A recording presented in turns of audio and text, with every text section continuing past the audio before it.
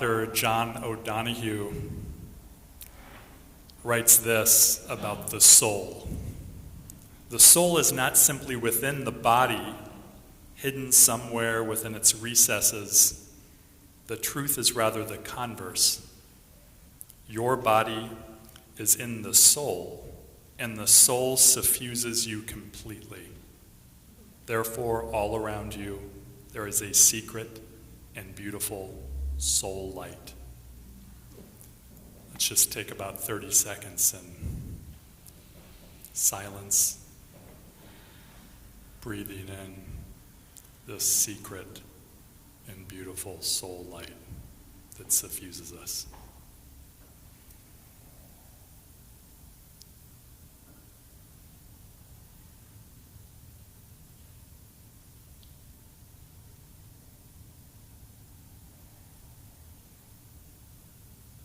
Baldwin, two of the most compelling truth tellers of the 20th century.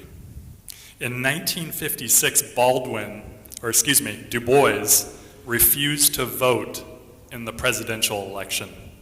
He wrote, quote, "I believe that democracy has so far disappeared in the United States that no two evils exist. There is but one evil party with two names, and it will be elected despite all I can do or say." When friends and colleagues asked Baldwin who he was going to vote for in 1980, he would often answer, John Brown, admitting that his flippant rage was no real answer. His rage, of course, was appropriate. Black people were and still are dying early at disproportionate rates. Baldwin wrote back then, quote, "This is not by chance, and it is not an act of God. It is a result of the action of the American institutions, all of which are racist."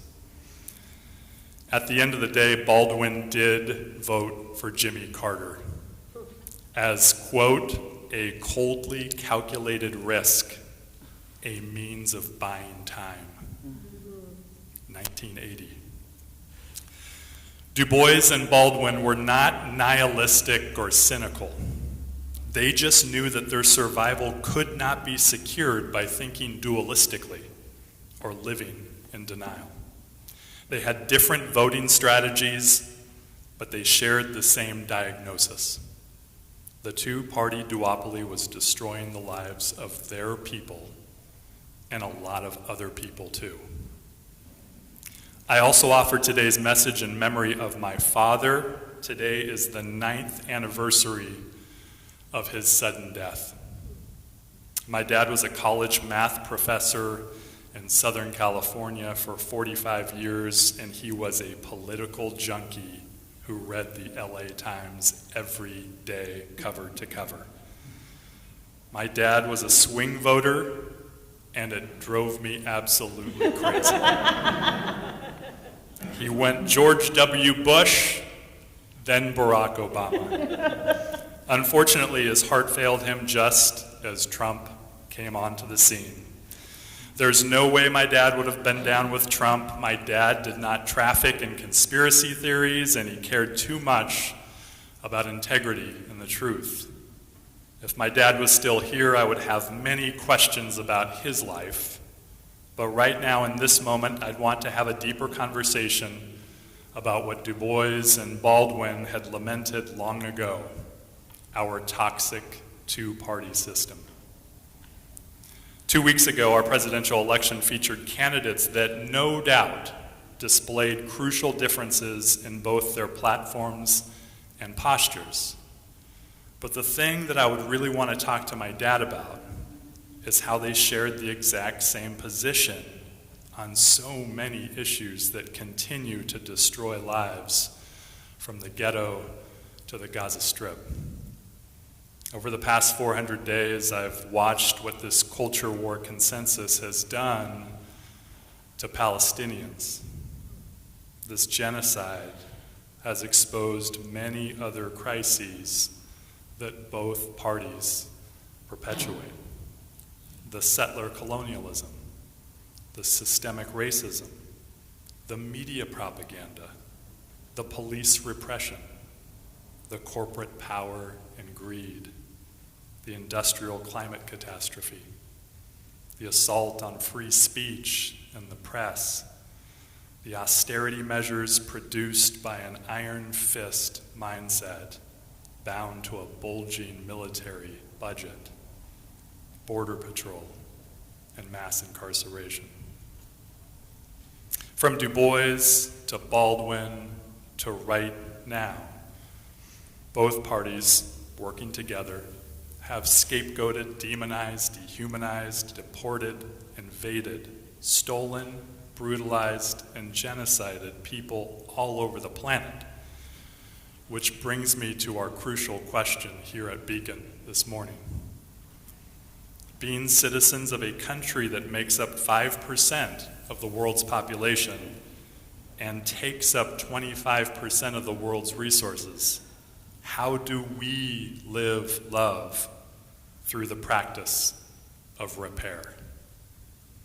How do we make amends for the genocide and land theft of the indigenous peoples of this land? How do we make amends for the kidnapping and enslavement of Africans and their ongoing treatment as second-class citizens?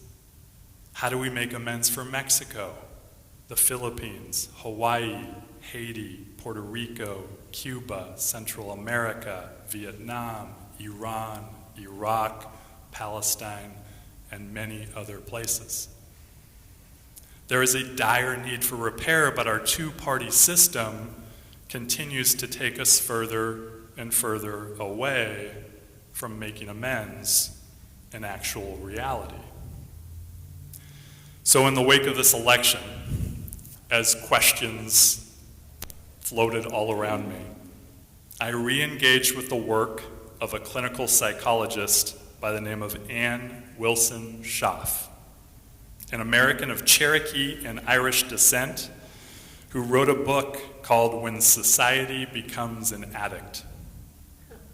Schaff's thesis was that the United States, particularly our two-party political culture, bears all the same characteristics of an alcoholic household. The two-party system is an addiction, which must be treated like a disease. Schaff wrote the book back in the 1980s in the wake of a presidential election that featured the first female vice presidential candidate, Geraldine Ferraro. Schaff called the U.S. political culture an addictive system, or more specifically, the white male system, because power and influence has been held and perpetuated by wealthy white men addicted to power and influence for centuries.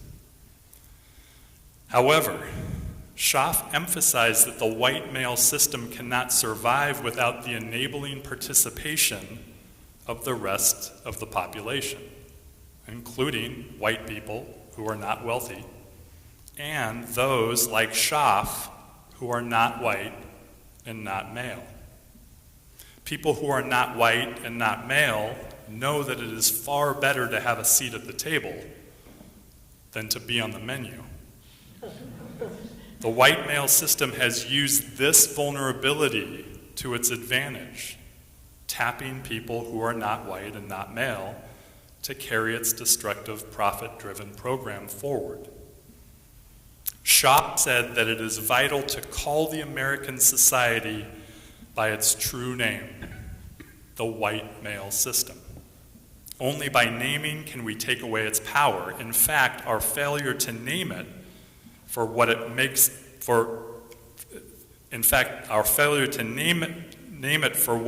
us accomplices and enablers of the system that oppresses us and the rest of the planet. To name it is not to condemn it, but to diagnose it so that we can recover, so that we can stop cooperating, so that we can make direct amends for what we've done. The two-party white male system plays God. It says that it's the only system that exists and that anything else is unrealistic. It makes us think that our choices are logical, rational, and objective. However, like every alcoholic and addict, it creates a chaotic atmosphere that is muddled, confused, controlling, self-centered, unethical, dishonest, defensive, fearful, conveniently forgetful, and full of unfulfilled promises. Like growing up in an alcoholic family, we survive the two-party white male system by adjusting our language and denying certain parts of reality. Over here on the left, the system tells us that we must vote blue no matter who, because the Democrats are the good guys in the equation. But if we raise concerns over its regressive tax policy, or its official support of torture, or its failure to fight for transgender-affirming care, or its bank bailouts, or its militarized border policy, or its complicity in genocide, then we become persona non grata. We get ghosted, or gaslit, or blackmailed with, "What about Trump?" In this toxic climate, like any addictive system, most folks press the mute button because we know our words will be used against us. We go along to get along. We remain silent so that we can fit in socially and stay safe. But our silence serves and protects the addictive two-party system, which also uses our addictions to perpetuate itself. Our addictions take the edge off. They block awarenesses.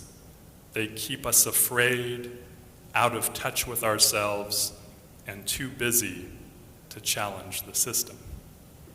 Our addictions and the addictive system don't just support each other, Schaff says. They are each other. This process is personal for me. 10 weeks after my dad's sudden death, I attended my first Al-Anon 12-step meeting.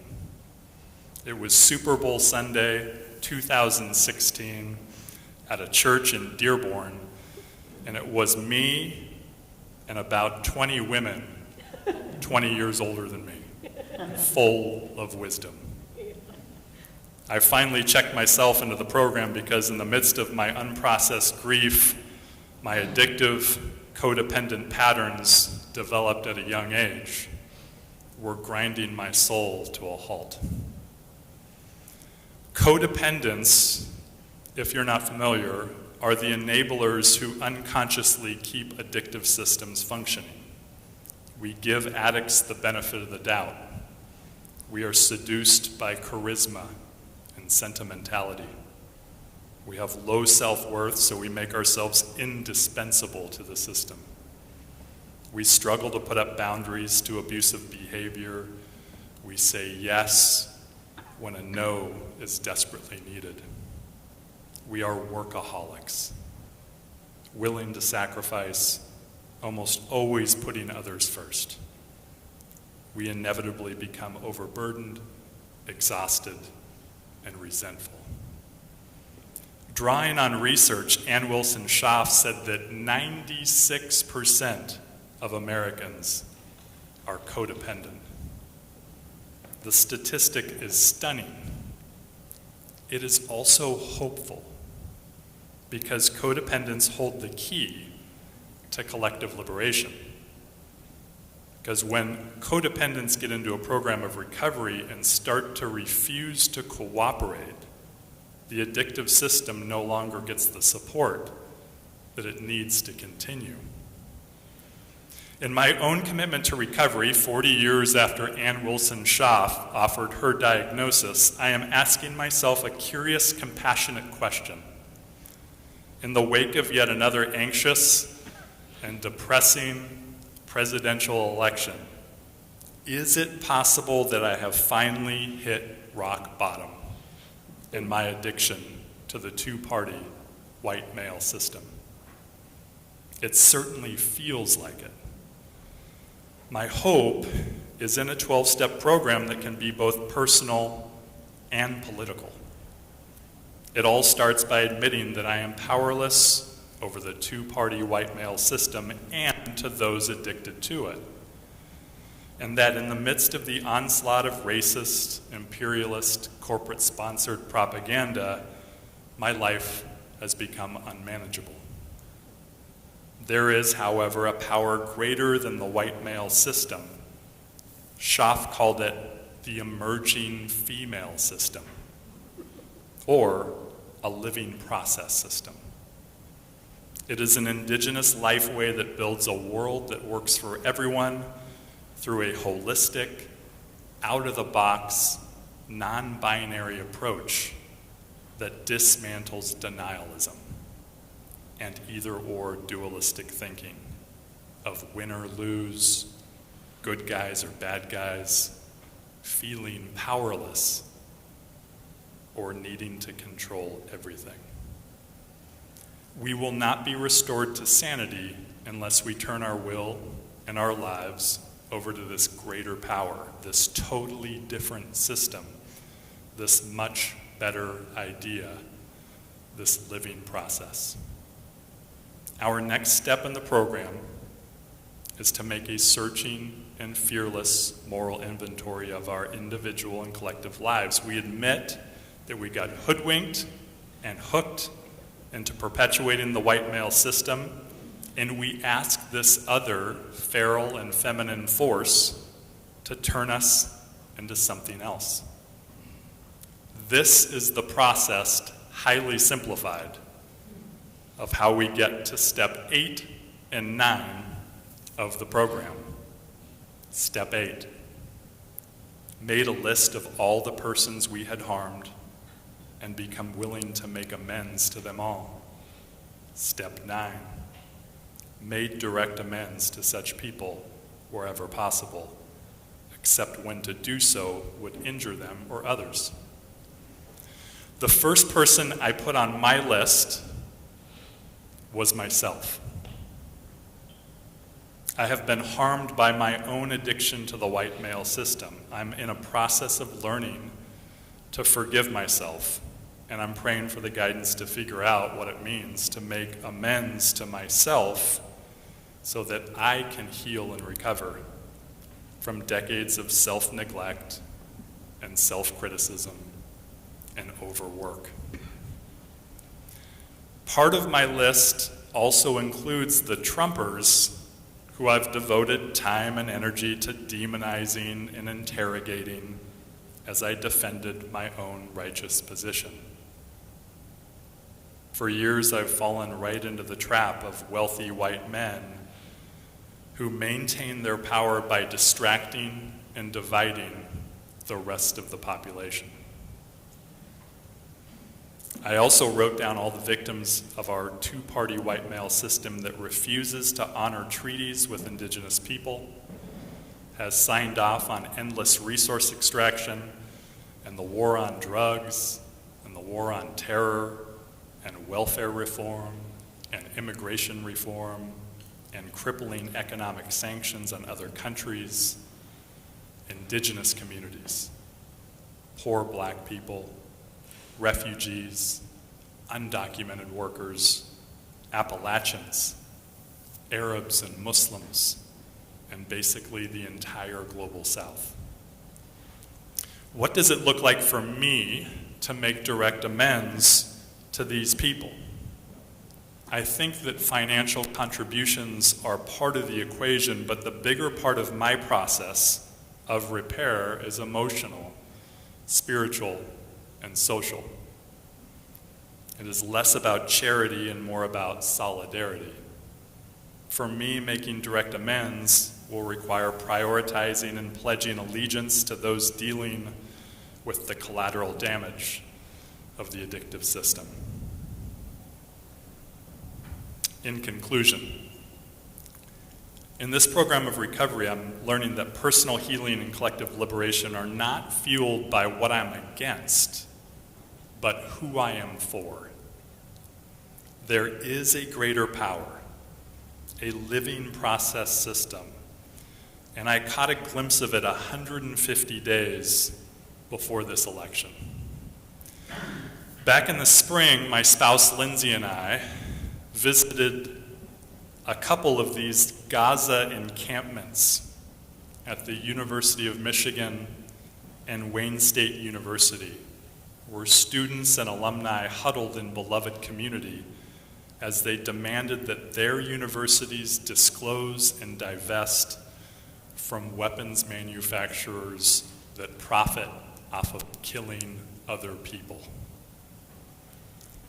We soaked up their courage and creativity just days before the two-party white male system sent in police in riot gear onto campus to forcibly arrest many of them despite their commitment to nonviolent discipline of Jesus, Dr. King, Gandhi, and Gaza's Great March of Return. Two demographic groups were clearly overrepresented in this courageous cluster of folks who pitched tents, built relationships, and got arrested together. Young women wearing hijabs and Jewish students, which is weird because the two-party white male system had claimed for months that these protests were anti-Semitic. A few weeks after riot police broke up and tore down the emerging female party, Lindsay and I rolled over to Wayne State Law School to listen to a panel of young people committed to Black and Palestinian solidarity. One of the hijab-wearing panelists was a co-founder of the Disclose and Divest campaign on campus. She spoke passionately about the debate she was having with her mom and the other Gen Xers in her life who were begging her to hold off speaking out publicly about her native Palestine until after she gets her degree and starts her career. She told the audience that she rejects what she called the long game approach. She said that she's committed to disrupting this conventional wisdom of the white male system because for her, waiting simply is not an option. The time to take a stand is right now because if we don't, she said, there won't be a future. Direct quote.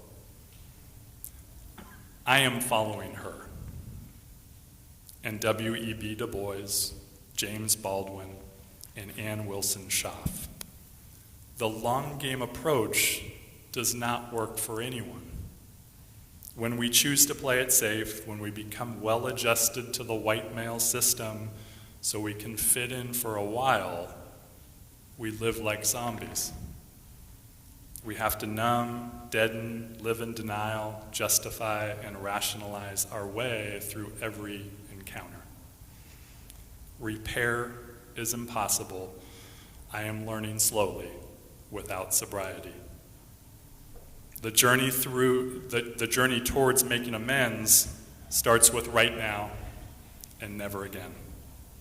It commits to centering the communities most impacted by the white male system because these communities are portals to a greater power, which is our only hope to repair ourselves, our relationships, and the rest of the planet. Amen.